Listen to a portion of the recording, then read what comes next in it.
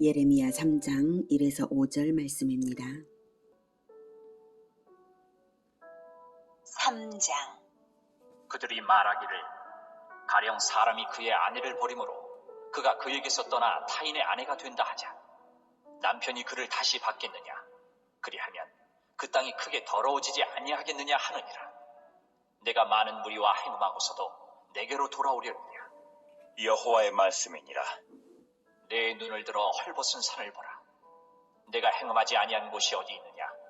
내가 길가에 앉아 사람들을 기다린 것이 광야에 있는 아라바 사람 같아서 음란과 행악으로 이 땅을 더럽혔도다. 그러므로 단비가 그쳤고 늦은 비가 없어졌느니라. 그럴지라도 내가 창녀의 낯을 가졌으므로 수치를 알지 못하느니라. 내가 이제부터는 내게 부르짖기를 나의 아버지여, 아버지는 나의 청년 시절의 보호자이시오니 노여움을 한없이 계속하시겠으며 끝까지 품으시겠나이까 하지 아니하겠느냐. 보라, 내가 이같이 말하여도 악을 행하여 내 욕심을 이루었느니라 하시니라. 사랑하는 형제 여러분, 3월 10일 금요일 새벽 묵상에 오신 것을 환영합니다. 예레미야는 요시야 왕 제13년에 선지자로 소명을 받아서 유다 멸망 때까지 유다의 죄악을 지적했던 선지자입니다. 오늘 본문 5절까지는 2장에서 시작된 예레미야의 첫째 설교의 마무리 부분입니다. 지난 2장에서는 예레미야 2장 11에서 13절 제가 읽어드리겠습니다. 어느 나라가 그들의 신들을 신 아닌 것과 바꾼 일이 있느냐? 그러나 나의 백성은 그의 영광을 무익한 것과 바꾸었도다. 너 하늘아, 이 일로 말미암아 놀랄지어다. 심히 떨지어다. 두려워할지어다. 여호와의 말씀이니라. 내 백성이 두 가지 악을 행하였나니 곧 그들이 생수의 근원되는 나를 버린 것과 스스로 웅덩이를 판 것인데 그것은 그 물을 가두지 못할 터진 웅덩이들이니라. 이렇게 말씀하셨죠. 유다의 고의적인 배도와 이방과 우상을 의지했던 죄악, 이 두 가지로 인해서 심판이 선포되었습니다. 이제 결론적으로 유다에 대한 하나님의 심판이 매우 정당한 것임을 하시는데요. 그러므로 심판이 필연적임을 알게 하고 있습니다. 요시야의 종교개혁은 위로부터의 개혁이고 또 피상적인 수준에 머물렀습니다. 요시야가 훌륭한 왕인데도 불구하고 그것은 유다의 수준 자체가 그럴 수밖에 없었던 것이죠. 즉 유다 백성들은 진정한 회개와 순종 없이 여전히 이전의 우상 숭배를 계속하면서 겉으로만 요시야의 개혁에 겉으로만 동조했던 것입니다. 요시야의 개혁 정책에 따라 성전 예배도 드리지만 율법의 본질과는 먼 삶을 살았던 것입니다. 이에 예레미야는 진정한 회개와 우상 숭배를 떠남이 없다면 형식적으로 성전 예배를 드리면서 하나님을 찾는 유다 백성들을 비유하기를 여러 정부와 간음을 행하고서도 전혀 수치심 없이 본 남편에게 돌아오고자 하는 창기에 비유하여 비난했습니다. 1절. 그들이 말하기를 가령 사람이 그의 아내를 버림으로 그가 그에게서 떠나 타인의 아내가 된다 하자. 남편이 그를 다시 받겠느냐? 그리하면 그 땅이 크게 더러워지지 아니하겠느냐 하느니라. 네가 많은 무리와 행음하고서도 내게로 돌아오려느냐? 여호와의 말씀이니라. 네, 그들이 말하기를이라고 하고 있습니다. 세상 사람들의 관점이나 안목으로도 확연하게 알 수 있는 그런 상식을 뛰어넘어서 유다가 창녀짓을 하고 있다, 이런 뜻으로 하시는 말씀인데요. 지금 이 말은요, 신명기 24장 1에서 4절을 바탕으로 하는 말입니다. 제가 읽어드리겠습니다. 사람이 아내를 맞이하여 데려온 후에 그에게 수치되는 일이 있음을 발견하고 그를 기뻐하지 아니하면 이혼 증서를 써서 그의 손에 주고 그를 자기 집에서 내보낼 것이요, 그 여자는 그의 집에서 나가서 다른 사람의 아내가 되려니와 그의 둘째 남편도 그를 미워하여 이혼 증서를 써서 그의 손에 주고 그를 자기 집에서 내보냈거나 또는 그를 아내로 맞이한 둘째 남편이 죽었다 하자. 그 여자는 이미 몸을 더럽혔은즉 그를 내보낸 전 남편이 그를 다시 아내로 맞이하지 말지니 이 일은 여호와 앞에 가증한 것이라. 너는 내 하나님 여호와께서 내게 기업으로 주시는 땅을 범죄하게 하지 말지니라. 이렇게 전 남편에게 명하신 율법이 있는데 그 율법을 주신 하나님이 몸을 더럽힌 몸을 더럽힌 창기 아내와 같은 유다를 이유 없이 맞이할 수야 없지 않냐 이거죠.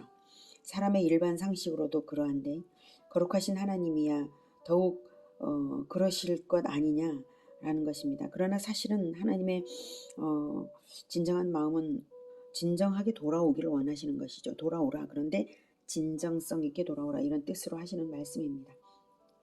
안 받아주겠다는 말씀은 아니십니다. 자, 하나님이야말로 더더욱 그 진정성을 보신다는 것이죠.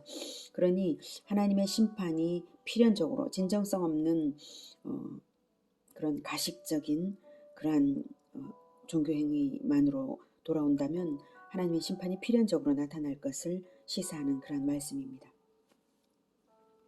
2절 내 눈을 들어 헐벗은 산을 보라. 내가 행음하지 아니한 곳이 어디 있느냐. 네가 길가에 앉아 사람들을 기다린 것이 광야에 있는 아라바 사람 같아서 음란과 행악으로 이 땅을 더럽혔도다. 그러므로 단비가 그쳤고 늦은 비가 없어졌느니라.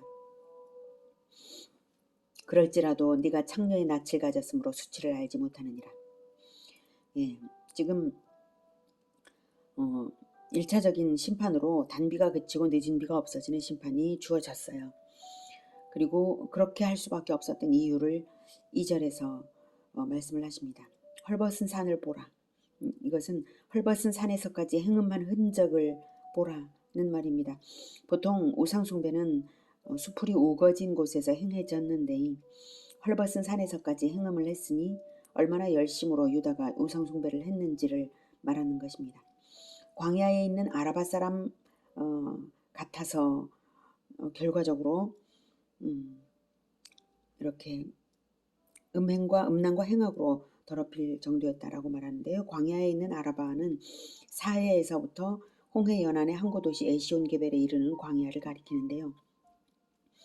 그 광야의 아라바 사람들은 길가에 매복했다가 여행자들을 습격하는 그런 강도들을 말합니다.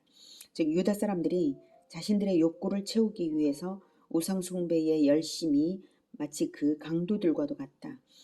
그 정도였음을 말하는 것이고요. 그 결과 이 땅이 음란과 행악으로 더럽혀졌으므로 하나님의 은총이 중단되었다는 말씀입니다. 단비와 늦은 비는 단비는 이른 비라고도 하고요. 파종기인 10월, 11월에 내리는 비이고요. 늦은 비는 곡식이 여무는 3, 4월에 내리는 비입니다. 즉 이른 비와 늦은 비는 이스라엘의 농사에 절대적으로 필요한 것이죠. 그래서 이 두 비는 하나님의 은총을 의미합니다. 그런데 그렇게 통상적으로 늘 때가 되면 늘 내리는 비가 오지 않는다면 천지지변이라고밖에 할 수 없는 일인데요. 더욱 문제는 비가 오지 않아서 천재를 겪을 때 회개하지는 못할 망정 그럴지라도 네가 창녀의 낯을 가졌으므로 수치를 알지 못한다는 사실입니다. 이것이 얼마나 기가 막힌 일입니까?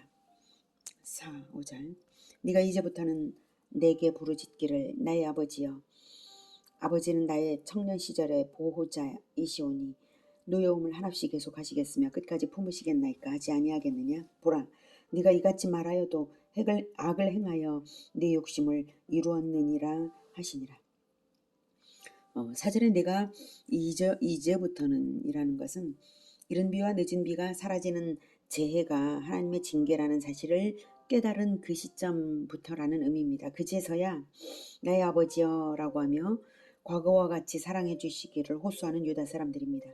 그러나 그 호소의 진정성은 없어요. 다만 역경을 벗어나고자 하는 위선일 뿐입니다. 임시적인 위선일 뿐입니다. 보라 네가 이같이 말하여도 악을 행하여 네 욕심을 이루었느니라 라는 이 말씀으로 확인할 수 있는 거죠. 진정성이 있다면 그럴 수 없는 일이죠. 내 욕심을 이루었다. 이것은 할 수 있을 만큼 여한 없이 다 했다라는 뜻입니다. 행실로는 하고 싶은 대로 악을 다 행하면서 하나님의 인내를 시험하는 신성모독적인 아첨을 하는 것입니다. 아버지여, 이렇게 아버지는 나의 청년 시절의 보호자이시오니 라면서 하나님께 아첨하는 것입니다. 누여움을 한없이 계속하겠으며 끝까지 품으시겠나이까. 예, 회개의 말은 하나도 없죠. 진정한 회개는 없이 이렇게 하는 것입니다. 여기까지 예레미야의 제1설교인데요. 생수의 근원인 하나님을 버리고 터진 웅덩이 같은 우상을 열심으로 숭배하다가 징계를 받으면 그제야 진정한 회개는 없이 역경의 회피를 위한 임시적인 수단으로서만 하나님을 찾는 그런 유다 사람들을 꾸짖었습니다.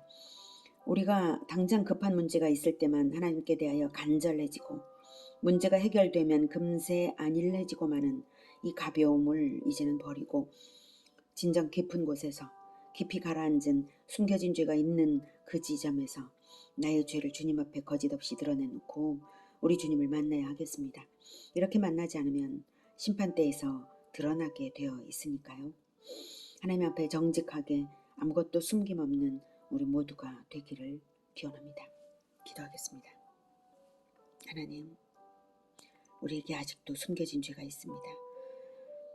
그 죄를 우리가 무디어서 둔하여서 깨닫지 못할 때가 있습니다. 주님, 우리 자신이 무엇을 고쳐야 할지를 깨닫게 하여 주시고 우리가 우리 주 예수님 앞에 모든 것을 드러내 놓아서 예수님의 보혈로 씻음받기 원합니다. 그래서 십자가를 지신 예수님을 본받아 바짝 뒤쫓아 따라 나가는 그러한 우리의 삶이 되기를 간절히 원합니다. 주님, 도와주시옵소서. 우리의 깊은 곳에 숨겨진 그 죄악들까지 완전히 도말하여 주시옵소서. 그래서 늘 하나님께서 베풀어 주시는 축복 안에서만 살아가기를 간절히 원하며 예수 그리스도 이름으로 기도드립니다. 아멘. 이어지는 시간은 개인 기도 시간입니다.